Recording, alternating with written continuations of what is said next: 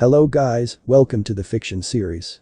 Today we are gonna see, what if Naruto got harem with Artemis, Batgirl and Zatanna? Part 1.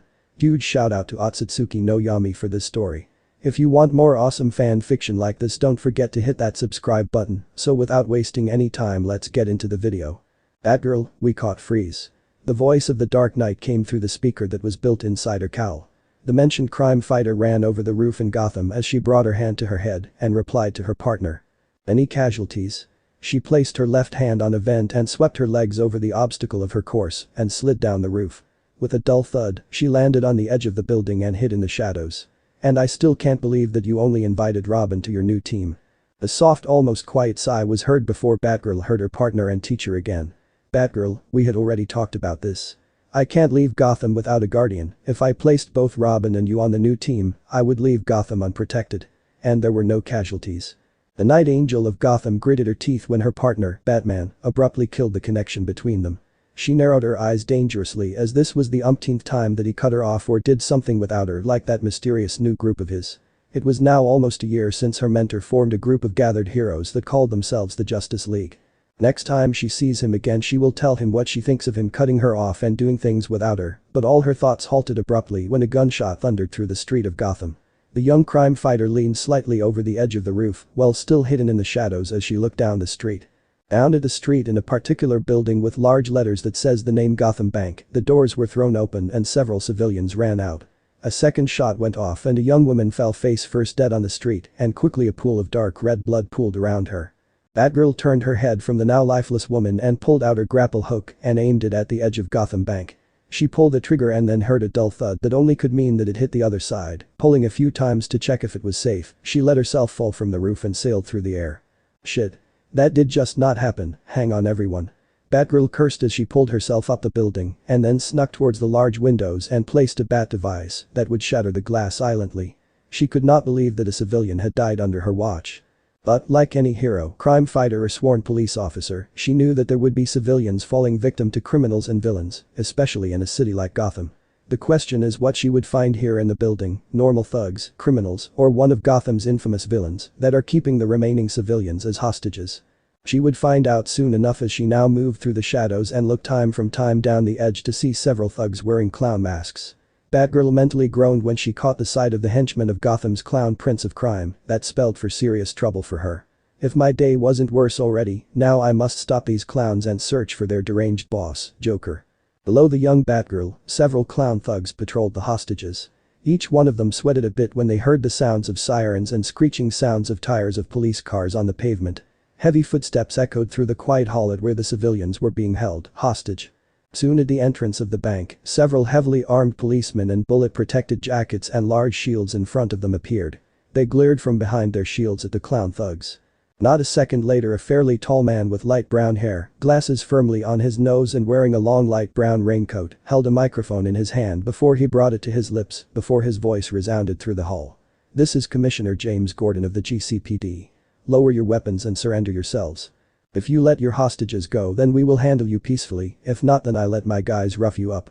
Laughter came from the clowns that all loaded their rifles and aimed their tools of death at the civilians, all of who whimpered, and several released their bowels if the stench was any indication. Others begged for mercy, and those that didn't freeze in place while praying for any deity to send help. Batgirl stared in horror when one of the clown thugs placed his barrel against the temple of a young girl that cried for her mother that lay several feet in front of her, with another clown holding his rifle against her head. Cuckoo, hey guys, these fools of the GCPD thinks they can rough us up. Should we surrender? No way, no fun, why don't we show them a nice play? A happy, lovely reunion between daughter, mother, and father in hell," said the clown that held his rifle against the girl's temple. A wicked smirk behind his clown mask as his eyes made contact with James Gordon, who sweated, and he spoke once more arrogantly and slightly mockingly. "Or will you let us go, Commissioner Gordon of the GCPD? I will count down from 5, and if I hit 0, then it is toodaloo for this pretty girl. 5, 4. Time seemed of the essence when everyone heard the countdown. Cold, long, slender fingers loomed out of the darkness and grasped the hearts of the hostages that gazed at the young child, Commissioner James Gordon. And his police force were frozen, except the first mention that moved with quick reflection as his hand moved into his coat and his fingers closed around the grip panel of his handgun that he aimed at the mentally sick clown thug. Inside the building and above the clown thugs and safely at the edge of the windows, Batgirl whipped out her batarang, and in one fluent motion of her arm, she threw her batarang that cleaved through the air and towards its target. Well, the batarang did just leave Batgirl. James Gordon stepped past his men with his handgun ready, while he spoke in cold calm manner through the microphone. Stop. Alright, we will do what you want, just let her go. 3, 2 don't you want to see how I splash her brain over the floor? The clown cut himself off when he heard the police commissioner's clear voice. A slightly deranged smile grew behind his mask as he looked with small crazy beaded eyes at the police commissioner while he held his rifle against the child's head. The child shivered when she felt the end of the rifle buried itself deeper in her face and the tightening of the clown's hand on her shoulder. Rivers of tears flowed down her cheek as her eyes looked hopeful at the man in the raincoat that stared at her with eyes that said that everything will go well. The clown's cruel smile only grew more when he saw the hopeful expression on the girl's face and the muscles in his finger that laid against the trigger tightened as he slowly leaned in and with a quiet insane whisper he said, "Say, why so serious? Smile. Don't do it." Commissioner Gordon cried out in horror when he noticed the change of stance, the constriction of muscles, and the terrified expression of the young girl. Everything together told the man of justice that the clown thug had lost his mind long ago. Time seemed frozen when the sound of a single bullet resounded through the building and the sound carried on to the outside where the police forces were waiting. No. Damn it, it happened again. James Gordon believed that he had failed when he heard the sound of a gunshot and shut his eyes tight for a moment. Someone else, a certain vigilante's Batgirl, could only gawk in clear disbelief when the clown thug's hand that held the rifle lay motionless on the ground. From her position she had seen everything as the Kusarigama flew out of the shadows and cut through the thug's limb before the strange ninja tool suddenly lose a shot and the tool of death cleaved through the space and claimed another appendage of a clown while the small projectile that left the Kusarigama pistol combination dig itself into the soft flesh of one of the clowns. Seeing that the stranger is still lurking in the shadows, Batgirl's batarang now finally appeared and knocked out several thugs, while the owner herself dropped from the edge with her bat wings behind her as she sailed through the air and delivered a flying kick to a clown's head that crashed with a groan on the floor. Immediately all eyes shot towards the bat-resembled heroine who opened her hand to reveal several batarangs while the clowns glared at her. Damn it is Batgirl. Kill that bitch. A clown roared while lifting his iron pipe in his hand as he stormed towards the Night Angel. The protege of Batman, Night Angel and protector of Gotham, and to thugs and villains she is known as Batgirl, a protector of the innocents against the darkness of Gotham. She wears a dark purple Kevlar armor that hugs her curves nicely and on her remarkable chest she has a large yellow bat symbol. Down her toned flat stomach and past her bubbly rear and birth-wide hips and down her long, smooth legs the two were protected by Kevlar armored leggings and her legs ends in yellow combat boots. Around her waist, she wears a yellow utility belt and her identity was hidden behind her bat cowl that reaches her neck and end up in her cloak that resembles bat wings. She lifted her arms up and warded off the attacks and she smiled slightly when her improved gloves caught the damage. Her gauntlets were like those of her mentor made out of Kevlar with edge. Knives, claws that she could use to lock down a blade or iron pipes. She calculated the speed of her opponent before her arm shot out and caught the pipe on her bracers before twirling her arm slightly and locked the offending weapon and then delivered a low kick to the solar plexus that caused the clown to stumble back. Not waiting, Batgirl twirled around and delivered a high drop kick towards another thug who crumbled towards the floor. Stay down, clown, if you know what is good for you. Batgirl ducked under a fist and thrust her fists rapidly in the clown's chest and finished him with an uppercut. She leaned to the left to avoid a leg and she dropped to her knees and swept her legs under those of her opponent and kicked his legs from under him. Don't bother to stand up or it would get worse for you. Stop. A clown shouted and Batgirl stopped her momentum when she caught sight of a clown thug holding a civilian in his arms. Against the civilian's head was a handgun and the clown glared over the woman's shoulder to her. Surrender, Batgirl, or else this woman will never see her family again. And call your partner, Robin, out of the shadows, now. Damn it, I can't call Robin out because whoever that person is, it is not Robin. Hopefully, it is a new hero that can see what kind of trouble I am in. But I think that he is a hero type, maybe not like Batman do all the missing limbs, but hero nonetheless. She was brought out of her thinking when a pistol goes off. In front of her eyes the clown that threatened her to surrender laid on the ground, unconscious. Her eyes noticed the several small pellets that lay around the unconscious form of the clown, and much to her relief she saw that his chest rose and fell, that showed her that he was still alive. That solidified my thought that he is at least a good guy and not some deranged criminal. If only he just stepped out of the shadows. I am afraid that you have a common misunderstanding, clown. A cold, stoic voice came from the shadows and it was accompanied with a dark silhouette of the owner who was still covered in shadows. Out of nowhere, two sounds of gunshots resounded through the building and two clowns fell down unconscious. Batgirl and I are no partners, and while I enjoy a beautiful woman at my side, I work alone. And yet, you hide in the shadows like Batgirl and all the other heroes. Shouted the clown when he saw his last remaining men fall unconscious. Nervously he glanced around for a possible escape route with the only protection was the hostage in his arms. But like them, you are afraid for the safety of the hostages. Smiling smugly behind his mask, the thug inched away from Batgirl and the unknown person who stepped back in the shadows and his silhouette disappeared. Looking around, the clown made his way towards the exit while keeping an eye on Batgirl and vanished through the door and then pushed the woman back to Batgirl who ran after him. His voice echoed and reached Batgirl's ears. "Follow me, little bat." "I intended to already, prepare yourself for long nights in Arkham, clown," said Batgirl as she moved past a woman that she was now sure is safe. Running up the stairs she followed the clown to the roof. Crashing through the door she rolled out her momentum and then rose up to her feet. Immediately she looked around her, searching for the last clown. "Show yourself, I know you are here." "Oh, hello little bat, miss me?" The Night Angel of Gotham whirled around to the source of the voice.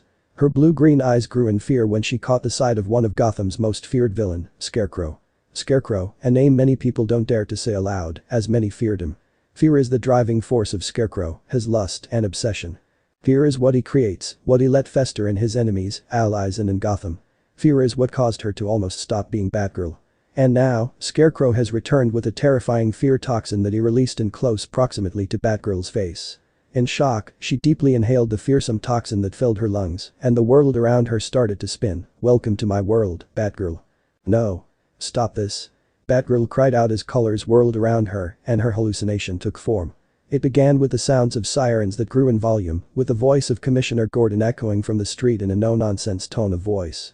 Above her, several helicopters aimed their spotlights on her and bathed her in blinding light. She ran to the edge of the roof to look down, and only to see countless of police cars waiting below her. Out of one of these police cars, a tall man with light brown hair, mustache and glasses, tilted his head to look up straight in her eyes. He lifted his microphone and sounded his command. "DCPD, capture the criminal, Batgirl." Stumbling away from the edge, Batgirl whirled around when the sounds of heavy footsteps echoed through the staircase. Without a second thought, the young vigilante began to flee the building and ran over the roof. Her black bat cloak billowed behind her as the sound of several voices reached her, including that of Commissioner James Gordon. "She is fleeing on the roof, fire. This is not reality. No, it's just a hallucination created by Scarecrow." The Night Angel muttered as she avoided several deadly projectiles as she jumped off the building and sailed through the air. Her arms outstretched as she used her cloak as gliders and landed with a dull thud in a dark alley. Immediately she started to run, jumping over containers as the sounds of shrill brakes entered her location. Sinking her teeth into the soft flesh of her lips, she drew some blood in the hope to get out of this nightmare. I will not lose against you, Crane." "Why Barbara? Why did you do all those terrible things? I did not take you in from my sister only for you to become a criminal that actively bribes, robs and murders innocent hard-working citizens. Tell me Barb, why you did such things." The disappointed tone of Commissioner Gordon echoed through the alley and reached her ears. She stopped for a second to look back over her shoulder to see her uncle, James Gordon, look at her with disappointment. Shaking his head he pulled out his handgun and aimed his weapon at his own bat-costumed niece, who wears the uniform of the vigilantes of Gotham. Behind Gordon, several heavily armed policemen of the GCPD took their position and aimed their rifles at her, and red lasers covered her form. The world seemed to freeze when her eyes fell on all the weapons are aimed at her, and in the distance she could hear whispers of her most feared villain, Scarecrow. "Are you scared, little bat? Do you need your mommy?" Scarecrow's whispered voice echoed all around her. Batgirl's hand clasped together in a fist as she turned around and started to run, again. She turned her back to her uncle that sent her a warm, encouraging smile, as his eyes flashed crimson with strange Tomo symbols, gazing at her back before they turned to the natural color of James Gordon. And when she ran she could swear that she heard the voice of her uncle, encouraging her to fight this illusion. "Keep fighting, Batgirl. Everyone needs to conquer his or her fear once in her life, so don't give up hope." "What are you trying to do?" Scarecrow said when he saw her clutch her fingers into a fist. But it doesn't matter as he gazed with uncontained glee as the infamous Batgirl laid there on the ground, shivering in fear. The sounds of chattering teeth, the fear in her eyes, and the trembles in her body all excited him. "You can't escape me, little bat. You're in my realm now. And you are in mine." Scarecrow turned around when an unfamiliar voice reached his ears. Unclear, blue eyes met crimson with whirling Tomo symbols around the iris that had a hypnotic effect. "Tsukuyomi." Scarecrow's world suddenly whirled around him and he found himself cuffed against a cross like a certain messiah. The outlines of different objects and himself were white. He tilted his head in mock amusement, this is nothing that he can't handle, and he looked up straight into a massive crimson eye with 9 rings, with an equal number of tomo whirling around a vertical animalistic iris. But certain insanity, he cried to the heavens. Is this all you can do, Ga? The bonds that held his limbs against the cross were suddenly replaced with 9 inches long and 3-inch thick spikes that dig into flesh and bones. He howled when his blood sprayed out of his wounds, and the pain increased. His head swayed wildly from left to right as he spat out blood. A cruel cold voice resounded through space. Welcome Scarecrow to the Tsukuyomi. The world where I am God. Let us see what your greatest fear is. I have no fear. Scarecrow coughed up as he looked wildly around him. It did hurt, no it did more, the pain was something not from this world. It burned, it tears him apart, and then it came to him, this is torture. And no more please I beg you, no more. Crane's eyes grew when a familiar figure appeared in front of him. A man that he had once met in his clinic, a patient of his that he nurtured with fear. Now in this man's hand, a large spiky object inched a few millimeters from his upper leg before it sunk in with a sickening sound. Horrifying screams burst from Scarecrow's lips as he felt the object dig into his skin, through muscles, and then split his bones. His scream filled the empty space, and the sky turned to blood, crimson red as his blood flowed out his wounds. Tears gathered and streamed down his face before he felt another spike dig into his flesh, through muscles and split his bones, as the process repeated, time and time again. Do you feel it? The suffering that you caused your victims. Can you imagine what they felt when they were under your mercy, Scarecrow? A blood-curdling voice thundered through space while another former victim of his speared him with a spike. Scarecrow threw his head back as another unnatural scream burst from his throat while his mysterious torturer laughed menacingly. After a while, the laughter died out and the only sounds were the screams of Jonathan Crane. Soft, pathetic whimpers and pleas escaped his throat when the voice returned. Can you imagine the nightmare that Batgirl must go through all thanks to you? But don't you worry, I will help her, heal her while you stay here for all of the eternity with your victim Scarecrow, welcome to my realm now. No. No. Scarecrow wailed when the giant eye vanished and out of the shadows struggled out his former patients, his former victims, and all of them carried a large wooden spike. Shaking his head, pulling his limbs in the hope of escaping his bindings as the pain increased tenfold, and then he screamed as he had never done before. Outside the Tsukuyomi, Scarecrow twitched on the ground, his eyes rolled up in his head and only showed the whites. Drool flowed out of his mouth as he screamed towards the heavens, while his tormentor glided towards Batgirl and placed his arms under her back and legs before lifting her up. Carrying her bridal style he calmly walked away from the scene. Just when he placed his feet on the edge a demanding voice full of authority stopped him. Freeze. Put your hands up in the air, now. Slowly the figure with Batgirl in his arms turned around, facing Commissioner James Gordon who stood not less than 5 feet away from him. In his hand, he held a gun that was trained on the savior of Batgirl. With great satisfaction, the vigilante noticed the widening of the commissioner's eyes, and he could see the wheels turn in his head. Batman. I am afraid that I can't comply with your wishes, Commissioner. I think you can see my dilemma. And for your record, do I look like a bat? Replied the mysterious vigilante while a helicopter moved and hovered above his location. The spotlight under the helicopter moved until it was locked on the rescuer of Batgirl that showed someone that resembled Batman a little, if only in shades and armor. But don't you think there are other more important matters, say a certain Scarecrow? Commissioner Gordon glanced down his gun to the downed form of Scarecrow and saw the pitiful state he was in. Cautious moving towards the downed villain, Gordon hit him with the nose of his shoes to check if he was a danger. All he got was a pitiful wail from Scarecrow and decided he was not a danger and immediately refocused on the vigilante that much to his annoyance, pulled a Batman escape trick. Pulling out his police communicator he growled out his orders. This is Commissioner Gordon, I want a heavy secured prison car sent to my location, ASAP. Roger sir, who did we catch this time? Gordon kneeled next to Scarecrow and roughly placed his arms on his back before pulling out his handcuffs before he slapped the handcuffs on. Checking if it was placed right and a little bit tight, he moved his hand to the Scarecrow's mask and pulled it off, revealing the pale face of one Jonathan Crane. Looking for a second at the man he brought the communicator to his lips and replied. Jonathan Crane, also known as the Scarecrow who terrorized Gotham's bank today. He was helped by a group of clowns, but eventually, he was stopped by Batgirl and an unknown vigilante.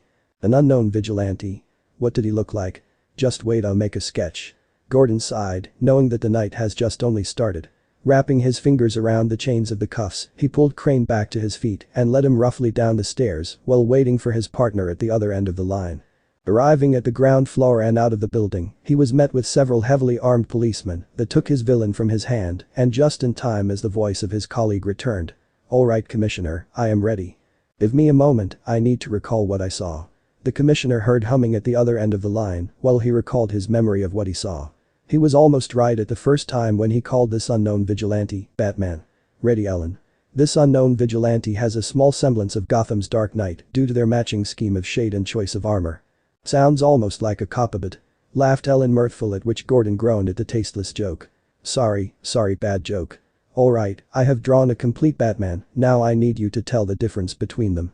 The few differences are that his bracers or glove claws are slightly more advanced if you go off only by a look. Following by that, he has the same utility belt like Batman, but they have strange symbols on them that are a circle with 3 commas circling around the center. Gordon paused for a moment to let Ellen adding them on her sketch. Hearing that she is done, he continued his rough image of the vigilante. He doesn't wear a bat cloak or cowl. What he does have is a black hood with his face covered by a black mask with ripple patterns, with the same 3 commas circling around the center, and 2 of these commas are being used for eye holes. Got it. Anything else? Yes, got a few more things. Instead of the bat symbol, he has those same commas-like symbols around his collar like a necklace. They give off a neon red glow, and I think saw a strange blade handle peeking over his shoulder. That was all, Ellen Yang. Gordon finished his report on the new vigilante. Turning the key of his vehicle, he started the engine that came roaring to life before he rode down the street. "And Ellen, don't you dare to give him any of those pet names of yours." "Oh, but Commissioner," whined Ellen before Gordon cut her off as he took a sip of his coffee and increased the volume of his radio. The commissioner knows that sooner or later he would have a roof appointment with the Dark Knight himself about this new vigilante, and pray to God that he is on our side. "What are you trying to do?" Batgirl released her grapple hook that sailed through the air and hooked itself behind the edge of the roof. Landing on the roof, she scanned her surrounding for the source of the voice. She knew that voice, a voice she dreaded to hear from the bottom of her heart. Hearing it make her shiver in fear, and she began to run again as her ears now caught the sounds of sirens as she made her escape. The voice kept haunting her while she glided down the roofs and then jumped off the edge to another roof. "You can't escape me, little bat. You're in my realm now. Don't think that this mad hallucination of yours will hold me, Scarecrow. I will escape, and when I am out of here, I will drag your sorry ass back to Arkham." Batgirl mentally promised herself as she hid in the shadows when the sounds of heavy footsteps entered the roof. Watching from out of the shadows, Batgirl noticed them wearing night vision goggles and cursed inwardly when all rifles were aimed at her position. Without a second thought, the Night Angel of Gotham threw herself out of the shadows and off the roof as bullets sailed past her head and she landed with a soft thud at the staircase. Running down the stairs and arriving at the dark, dusty, wet alley of Gotham, she ran through the shadows as she heard multiple shots that drilled themselves in the ground behind her. She rounded the corner of the valley and leaned against a wall to catch her breath. Her hand moved to her shoulder to feel warm blood seeping past her fingers, and she groaned in pain.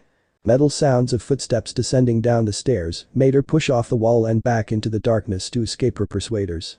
Go left and go through the alleys, you will find there a vehicle.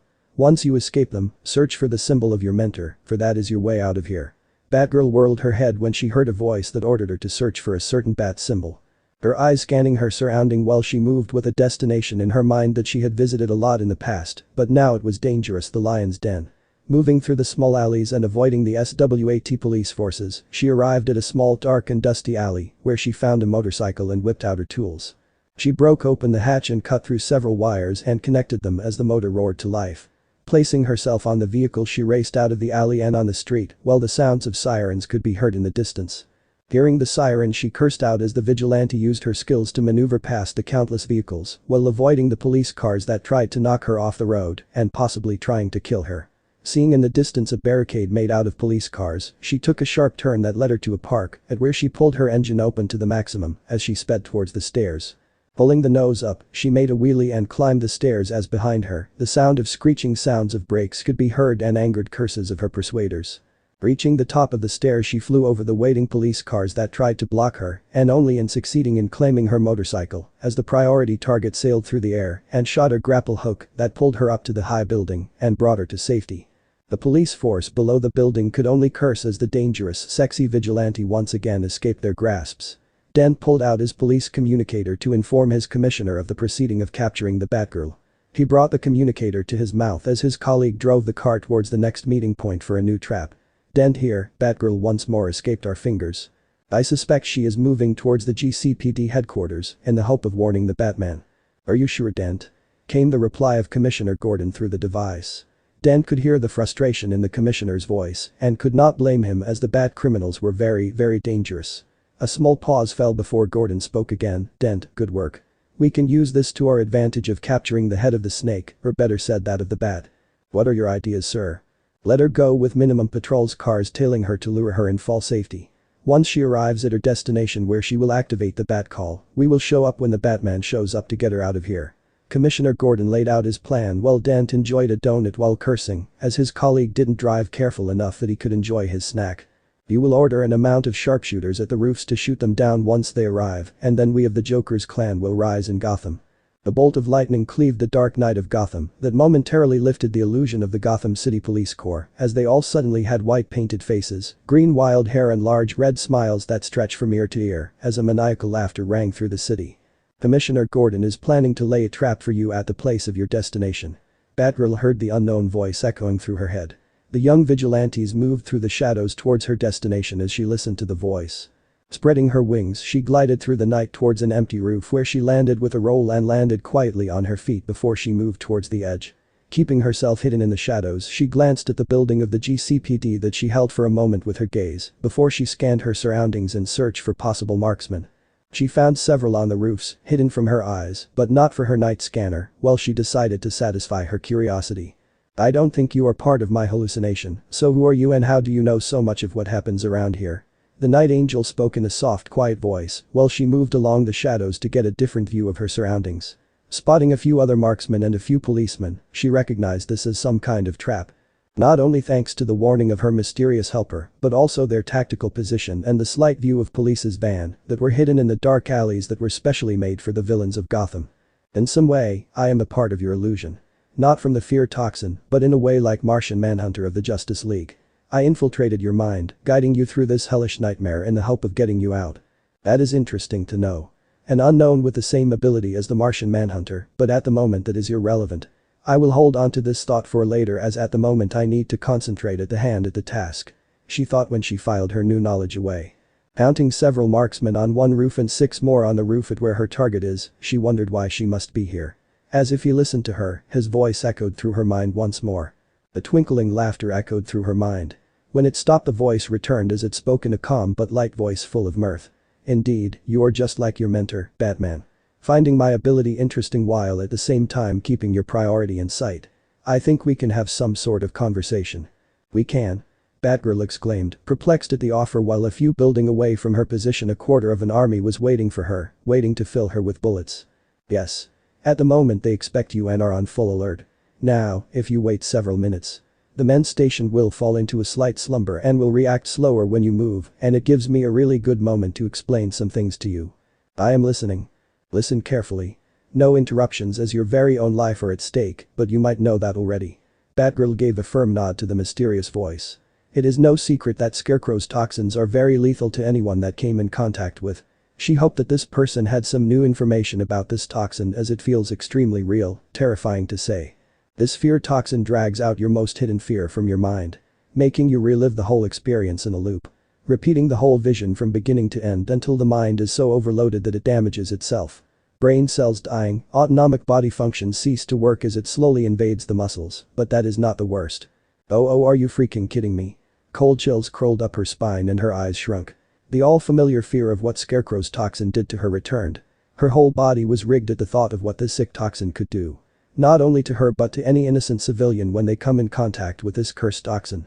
Far in the distance, she could hear the voice calling out to her, but she did not react to it. She slowly spiraled down in a maelstrom of her fear. Fear's cold fingers clutched her heart and tugged on the organ. Scarecrow had her once more in his clutches. Boss. Her heartbeat is climbing at a dangerous rate. A voice cut through the air of the hideout of the mysterious person. The one that kept a watchful eye over the unconscious vigilante, and from time to time he dived in her mind to help her out while his boss studied the vial of the toxin. Heart rate is still climbing. Finished yet? Not finished yet. Breaking down the toxic is a nightmare itself. Scarecrow really did a number this time. The mysterious figure replied as he studied the toxin on the screen. Fingers raced over the keys as the vial connected to the computer, slowly filled with a serum that would fight the effect of Scarecrow's new toxin. Antitoxin serum is forming and will be ready in a few minutes. How is she? Heartbeat still rising, how long until serum is finished? Shouted the second mysterious figure that kept an eye on Batgirl that stirred on the medical bed. The person on the medical bed suddenly stirred and a scream left her throat. Immediately a pair of strong hands held her down, fighting her struggling body tightly back to the bed. She is losing it, boss. We need that serum, now. It is not yet ready. I need a few more minutes or else it could put her in more danger, like increasing the effect of Scarecrow's toxin. Two pairs of eyes locked each other, at which the latest widened in disbelief at the first told him with only eye contact before it turned cool. Do it. You mean you want to use the Yamanaka clan technique? Psycho Denshin. Shouted the one that watched over the immobilized Batgirl. He kept his eye locked on his boss before cursing. Are you sure, as in really sure? Yes, just do it. This is her only chance at being saved, or else if we wait for the serum, it will be too late for her. Now, do it. The one that watches the Night Angel of Gotham brought his hands together in a tiger seal before he placed a hand on her forehead. His face was a mask of concentration when he used the Yamanaka clan to infiltrate the mind of Batgirl in order to save her. Psycho Denshin. Streaks of red lasers cut through the darkness in search of their target, gliding amongst the walls as the SWAT police force marched over the roof in search for the infamous Batgirl. One of them shot his hand in the air to halt his team, and his men behind him paused while keeping a watchful eye around their surroundings. Team Alpha found a suspicious person on the roof. I repeat. Team Alpha found a suspicious figure on the roof, over. Team Alpha, charge in and arrest this figure.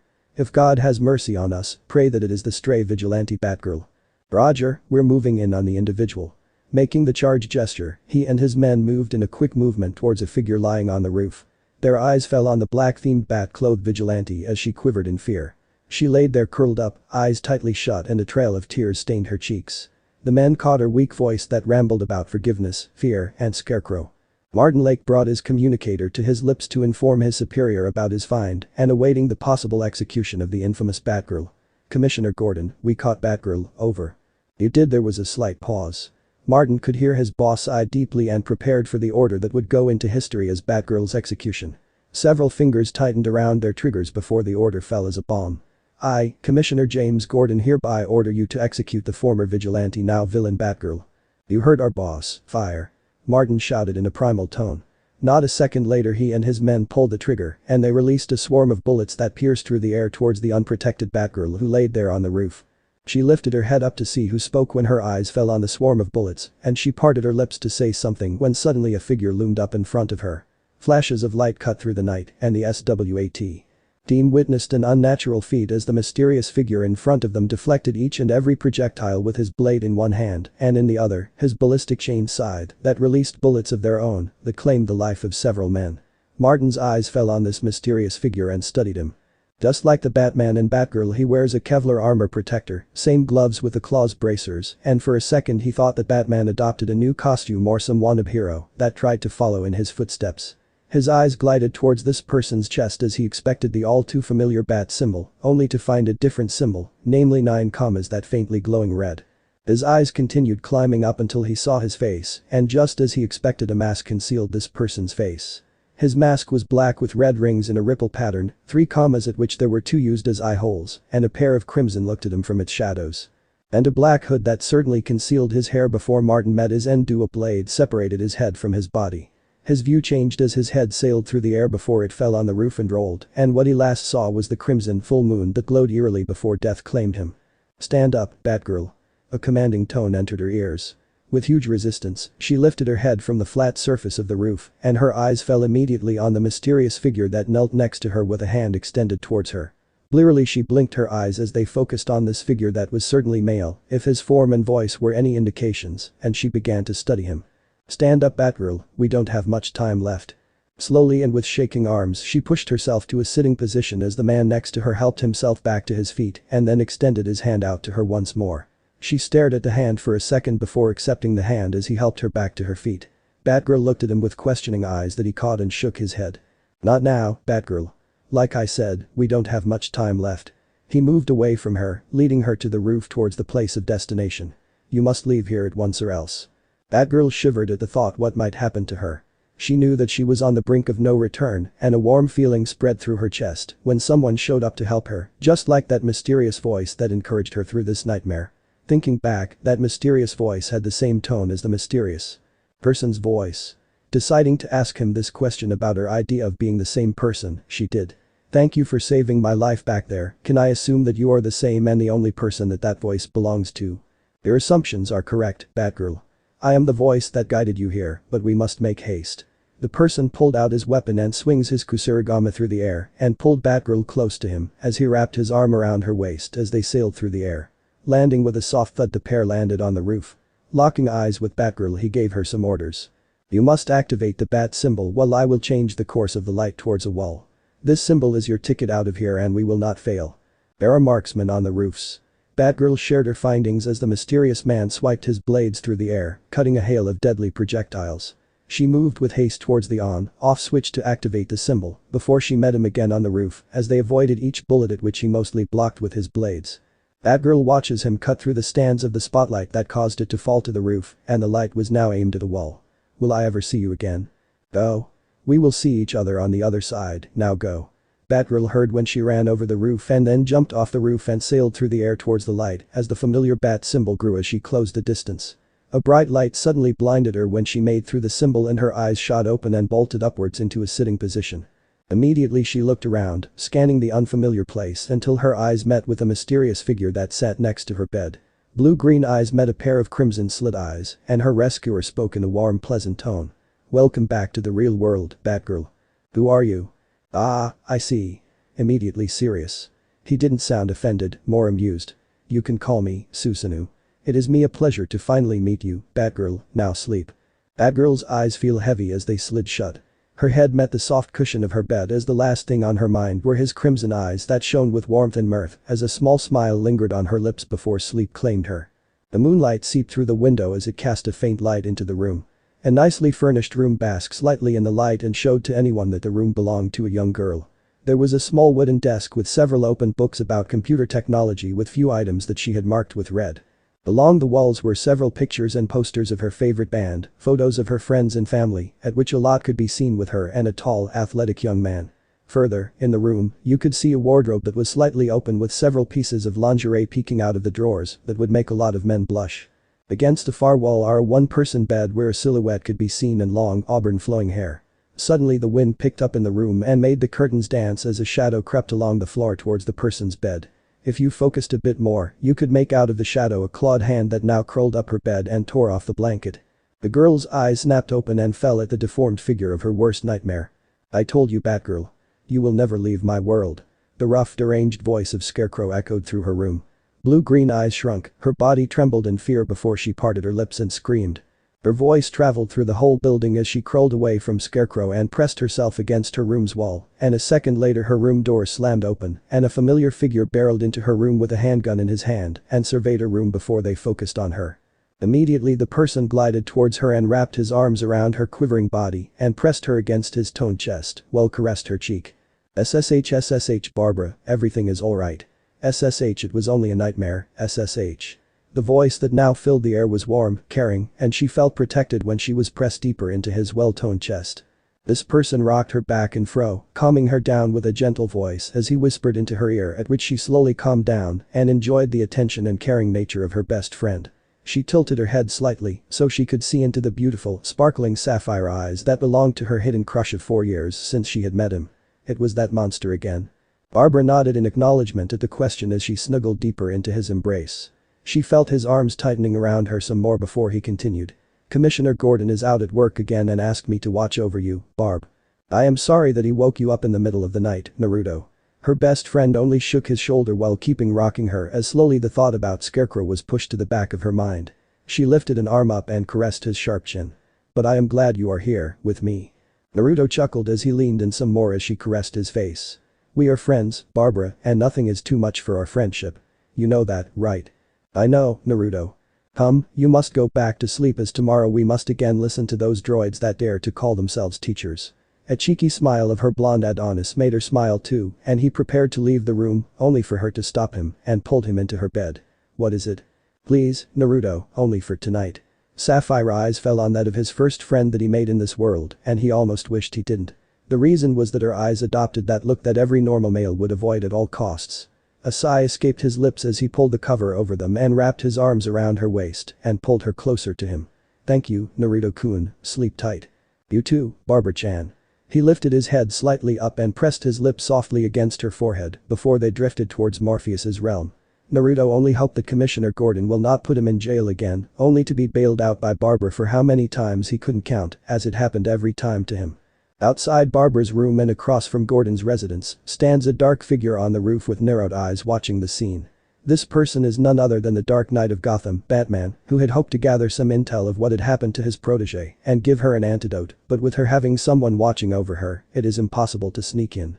Turning around with his cloak billowing around him, Batman left his observation spot and moved through the shadows in search of the person that could give him intel of what had happened when he was away. And there was only one person that came up in his mind and one destination where he would find him. He pulled out his grapple hook and shot it towards a high building and catapulted himself high into the air as he sailed through the night sky with his cloak spread out. From his position in the sky, he could see the spotlight with the bat symbol on and skydive down towards the person that awaited him that goes by the name of Commissioner James Gordon. Spotting the mentioned man, he landed with a quiet thud behind him that caused the commissioner to jump in the air. "Commissioner, what's the call?" Batman spoke in his usual way of greeting the commissioner. The head of Gotham City Police Corps turned around and extended his hand with a file document towards the Dark Knight that accepted the file and opened it. Opening the file and his eye fell on a sketch that made him feel troubled. He scanned the sketch, from the claw bracers to the Kevlar armor and this strange rippled pattern mask. He closed his eyes for a moment before he focused on Gordon and stated his question. "Who is he?" "We don't know who he is, and I know that you will find out who he is, Batman. After all, you are the greatest detective the world has ever known." Commissioner Gordon turned around and left the roof, for once leaving Batman behind. Not a second after Gordon out of sight, several batarangs sailed through the air towards the shadow. Across from his spot. There was a slight twitch of the lips when he caught the dull sound of his tools crashing against the wall. "I missed him. He is quite skilled to have avoided my tools." Ara Batman, a surprise to meet you on this starless evening." Batman turned his eyes towards the person that slowly stalked out of the shadows much like himself. Out of the shadows came a plated armored feet that had claws on the outside, then came to the rest of the person out of the shadows, and his eyes widened slightly as the armor looks like a replica of his, only much more dangerous. But he didn't stop scanning of his possible opponent or enemy as his eyes traveled up to his chest where he didn't found the bat symbol, but 9 commas that softly glowed red. Finally, his eyes fell on the rippled patterned mask of this mysterious person with no name. "And I have come here to see you." "Who are you?" demanded the Dark Knight as he sailed towards this person that awaited him calmly, much to his annoyance. Landing with a dull thud, he whirled around his axis and delivered a roundhouse kick that his opponent avoided by ducking under the swipe and retaliated with an uppercut that sent Batman into the air where he straightened himself. Somersaulted and landed in a crouch on the roof before he threw out a set of batarangs that his opponent easily deflected with a swipe of his arms. "Why did you save Batgirl?" Susanoo charged in and stepped into Batman's guard, and quicker than the Dark Knight could see, this man hit the nerve system in his limbs and made them numb. His arms fell motionless and limp beside his body. Seeing that he is out of fighting the state, Susanoo took his chance. "Now that you can't fight me with your arms, maybe you will listen to me, Batman." "Then start talking, and you can start with telling me who you are," demanded Batman in his usual gruff way. He narrowed his eyes while his cowl scanned Susanoo and transmitted some data about this stranger to a dark cave somewhere. "Is it natural for you to demand things, Batman?" Susanoo mentally thought when he heard the infamous crime fighter demand some answers. Studying the Bat-themed hero like he definitely studied him, Susanoo decided to answer at least some questions, only for the fun of it. "You really think I will reveal my identity to you, don't you? But you might call me Susanoo, and for me rescuing Batgirl, she was lucky that day. Alfred, I need you to find everything that you can about someone that is called Susanoo." The Dark Knight said quietly that bordered on whisper when he contacted his butler. And not for a moment he lost sight of the now named Susanoo that made his alarms ring at how skilled he was in battle. "What is your business in my city?" "I wanted to meet you, Batman. First I met Batgirl, and let me ask you a question. Did you train her at all, like you trained Robin?" He deflected the vigilante's question with a question of his own. Crimson eyes glared from out of the shadows of his mask towards the Dark Knight, who felt a malicious aura came off Susanoo. "Did you know that Batgirl still has nightmares about that night when she was first caught by Scarecrow? She was almost broken under Scarecrow's toxin, almost lost her mental state. All of that could have been avoided if you had taught her how to make antidotes or at least equip her with them. Justify that for me, Batman." "I can't justify that, Susanoo." Batman snarled, angry at himself that he came short in protecting his protege and above all, the daughter of a good friend of his. One of the reasons why he hadn't started with antidote classes is because he was still training Robin, world protections including his own city and a newly organized team with every hero's sidekick. Taking several deep breaths that would have been unnoticed if it was someone else, he calmed down. But I can take down the lab if you haven't already done that. I didn't. One of the reasons I revealed my presence to you is because I don't know the location. Besides, one of my thoughts is that there is more than one villain at work here, and I know that you have the most knowledge of Gotham's villains. And that means I need your help. Susanoo revealed his true reason at why he revealed himself to the Dark Knight. The shinobi did search for several clues of Scarecrow's hidden bases, and while he did find many of them, it wasn't the one he was searching for. Not to say that the old bases were left untouched, as all the old data about his precious toxic formulas were left behind and was now saved on a hard drive of his. And Scarecrow's old bases were now entirely destroyed beyond recognizing if he had anything to say about it. Susanoo suspects that there is more. If there is more than one villain at work here, then he would need more than one mind to find this base and bring a halt to it. And that is his reason to make some contact with the Dark Knight of Gotham to bring a halt to this disgusting plan. The Dark Knight stayed soundless and repeated his possible ally's words in his head, trying to determine if he spoke truth or lies, and he isn't the most feared individual in Gotham if he didn't connect the links within seconds. All his guilt that he felt towards Batgirl, towards Commissioner Gordon, evaporated when he weighed Susanoo's words and glared at him with his infamous bat glare. You speak half-truths. While you speak the truth, you keep some things behind. Something you want to tell me now? Commissioner Gordon has left out some intel about Scarecrow, the intel that he is not alone in this scheme. The Fearmaster worked together with thugs of Gotham's most infamous clown, Joker. Susanoo informed the Dark Knight, who gritted his teeth together at this unsuspected news. And I did break into several of Scarecrow's old bases to find the exact formulas about his recent toxic, but so far I wasn't successful. Alfred, did you get the information about our new friend or what he claims about possible villains teaming up? Batman said quietly before he spoke in his usual gruff way, all his attention back on Susanoo, who seems to wait for some reaction to him. Deciding to give Alfred some more time to find any information about Susanoo or his claims, Batman decided to interrogate him some more. You said you broke in his old bases. Did you find any formulas of his toxins? A small smirk curled up behind his mask when one of the first lessons of his sensei resurfaced in his mind. A ninja must look underneath the underneath. I did find some data, and much of it was not for the faint-hearted. Batman now listened intently at what his one-time ally could tell him. He knew now for sure that there is something definitely wrong here in his city. I downloaded the data to one of my own hard drives and destroyed the originals. What are your plans with them? Susanoo sighed quietly at Batman's interrogation tactics that weren't anything near that of Ibiki. I am recreating some. That was the wrong things to say when the Dark Knight rushed in and wrapped his fingers around his neck. Batman's fingers tightened around his throat when he suddenly stopped as a beeping sound came slightly from below his waist. In order to learn how to make successful antidotes that guaranteed work and to learn how to break the toxin or any in that kind, the quickest and successful way. Now, if you want to be so kind as to not cut off my air pipe, then I don't have to blow you up, Batman. Batman widened his eyes slightly before he released Susanoo from his grip. He hadn't noticed the small object before it beeped, and that unsettled him greatly. Also, he had judged him too quickly, and he might have possibly driven such an asset to his enemies. Instead of apologizing, Batman continued with his interrogation of Susanoo. And how do you have any knowledge about toxins as well as poisons? Batman, I know what you try with this small gathering of information. Searching for any information about my name, skills, and knowledge. But you know what, I help you a little, after all, fellow ninjas. Susanoo smirked when he informed the bat-themed hero that again stiffened and took a fighting stance. His legs slightly spread, upper body shrunk together with his arms in front of his chest, was Batman's boxing stance. And again, something that I said made you take a stand while on the same time your paranoia grew. I have fought enough nutcases, so I don't trust you. Now, let us go to one of Scarecrow's hideouts that you haven't yet blown up. Batman whirled around, cloak billowing behind him as he moved towards the shadows for different reasons, one to see his skills, second to keep an eye on him. He brought his hand to the side of his head to speak to Alfred once more. Alfred, found anything yet? I did, sir. A Japanese deity named Susanoo is the god of storm, sea and pranks. We can guess that the hidden identity behind the mask is of Japanese ancestry. We can also assume that he is highly trained in martial arts if the sketch and recordings of yours are any indications.